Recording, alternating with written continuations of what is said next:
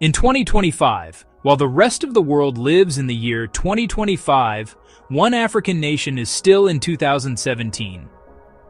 Ethiopia, the only country on Earth never colonized by Europe, where churches are carved downward from solid rock, where deserts burn with colors from another planet, and where ancient wonders stand exactly as they did 1,000 years ago.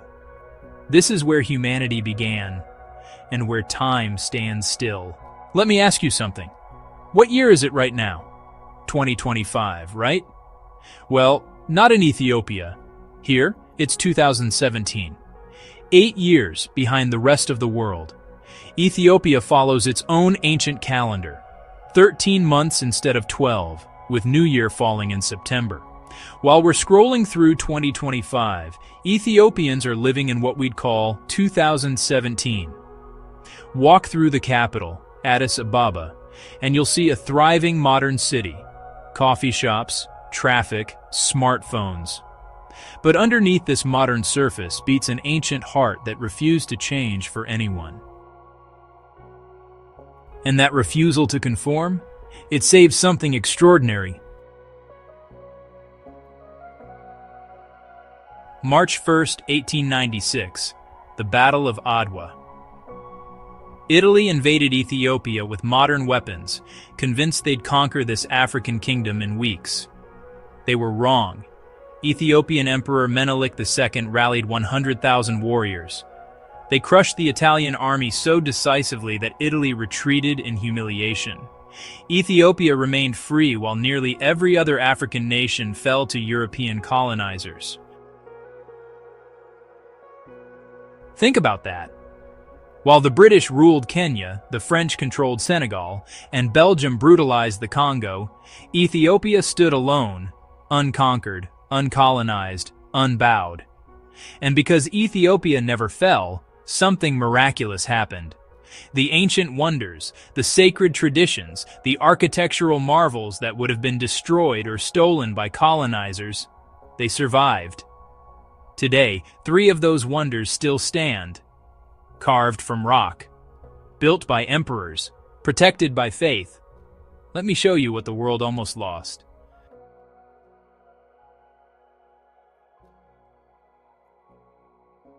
Lalibela, the Jerusalem of Africa. 11 churches carved entirely from solid volcanic rock in the 12th century. But here's what makes this impossible. These aren't buildings constructed upward with blocks and mortar. They're carved downward. Imagine taking a single mountain of stone and chiseling away everything that isn't a cathedral. Walls, windows, pillars, altars, all carved from one continuous piece of rock. It took 24 years, thousands of workers, and according to legend, angels came down at night to help finish what humans couldn't complete by day. Look at these details. Every column, every arch, every religious symbol carved with precision that would challenge modern tools. And remember, this was done in the 1100s with hammers and chisels. Today, Ethiopian Orthodox pilgrims still come here, just as they have for 900 years. They walk through underground tunnels connecting the churches. They pray in candlelit chambers where ancient paintings cover every surface. They kiss the stone floors worn smooth by centuries of devotion. But one church stands above all others, Bet Georgis, the Church of St. George, shaped like a perfect cross when viewed from above. 40 feet deep into the earth, cut so precisely that its walls are perfectly vertical, its corners exactly 90 degrees. Stand at the edge and look down. You're staring at what might be humanity's greatest architectural achievement. Not built, not assembled, carved from solid rock. UNESCO calls it a wonder of the world. Archaeologists still can't fully explain how it was done. And every year, thousands of pilgrims prove that some wonders aren't just for tourists. They're living, breathing places of faith. But if carving churches from rock seems extreme, wait until you see where Ethiopian emperors built their castles.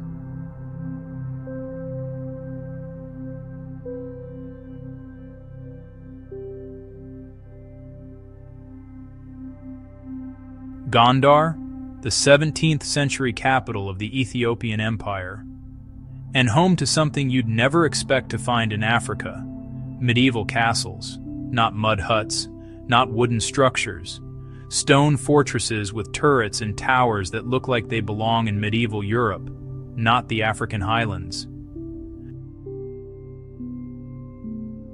Emperor Facilities built the first castle in 1636. His descendants added more, each emperor trying to outdo the last. Libraries, banquet halls, throne rooms, a bathing palace surrounded by walls 900 meters long. Walk through these halls today and you can still see frescoes painted on the ceilings. Stone thrones where emperors once ruled. Windows designed to catch the highland breeze. While Europe was in its renaissance, Ethiopian emperors were building these monuments to power and faith. A reminder that Africa's history isn't just about colonization and struggle. It's about empires, innovation, and architectural genius that rivaled anything in the world.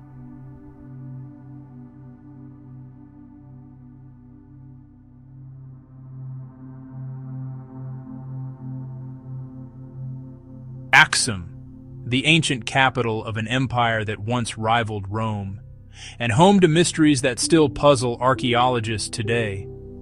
These granite obelisks stand up to 75 feet tall, carved from single pieces of stone 1,700 years ago, transported from quarries miles away without wheels or modern machinery. How? We still don't know, but the obelisks aren't even the biggest mystery here.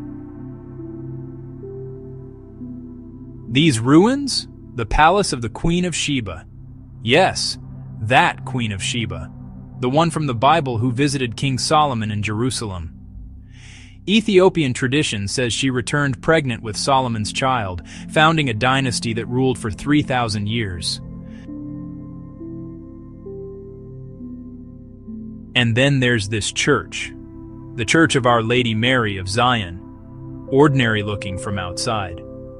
But according to Ethiopian Orthodox tradition, inside this chapel rests the most sacred object in human history: the Ark of the Covenant, the golden chest that held the 10 Commandments, the artifact that Indiana Jones spent a whole movie searching for. Ethiopian priests claim it's here, brought from Jerusalem 3,000 years ago, guarded by a single monk who's sworn to protect it until death. Only he can see inside. No photographs, no visitors, no proof. Is it real? We may never know, but in Ethiopia, some mysteries aren't meant to be solved, they're meant to be believed.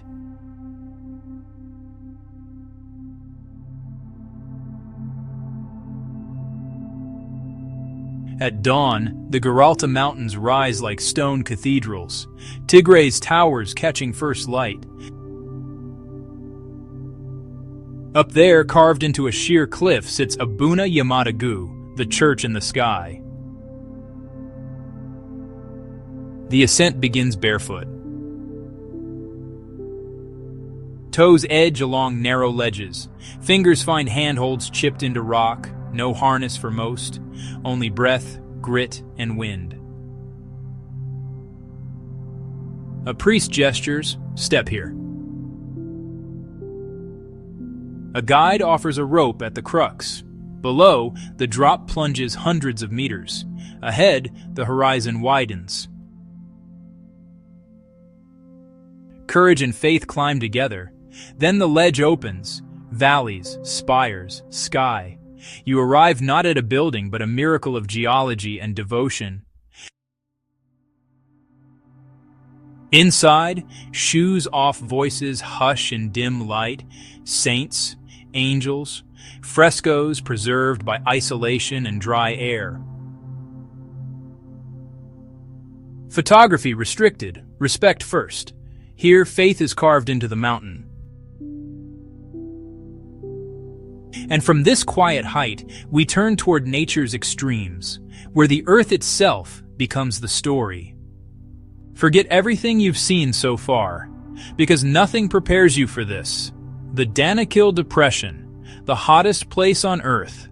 Average temperature? 94 degrees Fahrenheit. Year-round. In summer? It hits 120, but the heat isn't what makes this place extraordinary. Look at these colors: electric yellow sulfur pools, orange and red salt formations, green acidic lakes. This doesn't look like Earth, it looks like another planet.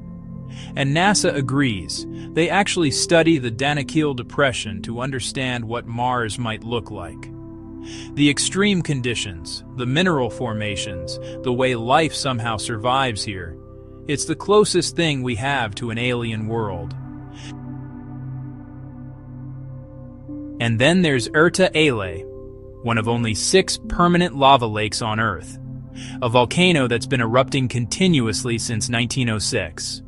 At night, the lava glows orange against the black sky like a window into the planet's core. Somehow, people work here. Afar tribesmen mine salt in 120-degree heat, just as their ancestors have for centuries. They cut blocks from the salt flats, load them on camels, and trek to markets days away. It's beautiful, it's brutal, it's proof that Earth still has places that feel undiscovered.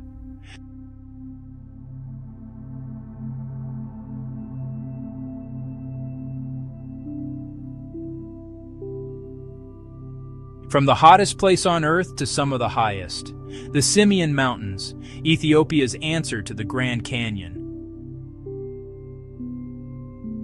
Jagged peaks rising 15,000 feet above sea level. Valleys so deep they disappear into mist. Cliffs that drop thousands of feet in a single sheer face.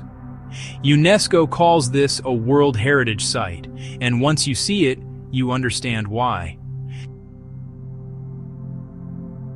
But the real stars here?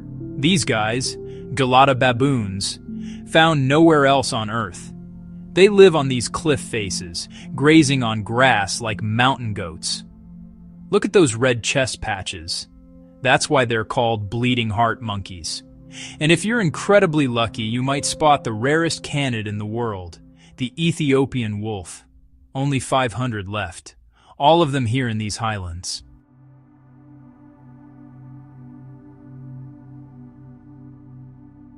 The Simien Mountains prove that Ethiopia isn't just about ancient history.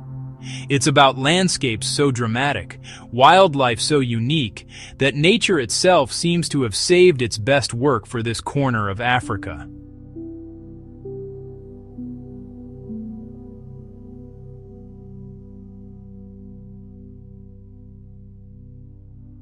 Before we finish, there's one more thing you need to know about Ethiopia. That morning coffee you can't live without? It started here. Ethiopia is the birthplace of coffee, and for over 1,000 years, Ethiopians have performed the same ritual, roasting green beans over an open flame, grinding them by hand, brewing in a clay pot called a jabina, serving in 3 rounds, each with its own meaning. This isn't Starbucks. This isn't about caffeine, it's about community, about taking time, about honoring a tradition that's been passed down for a millennium.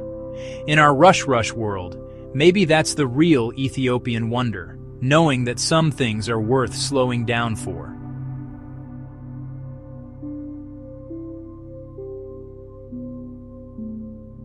And finally, the Omo Valley, home to over 50 distinct tribes, each with traditions that stretch back centuries.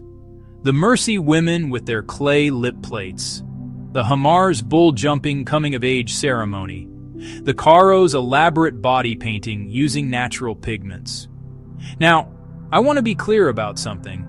These cultures aren't frozen in time. They're not museum exhibits.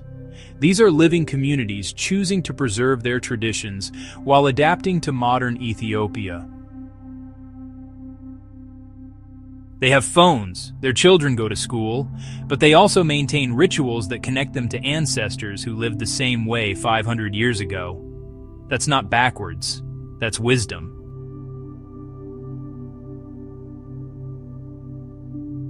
Ethiopia, where churches defy gravity, where deserts glow like alien worlds, where time moves to its own ancient rhythm.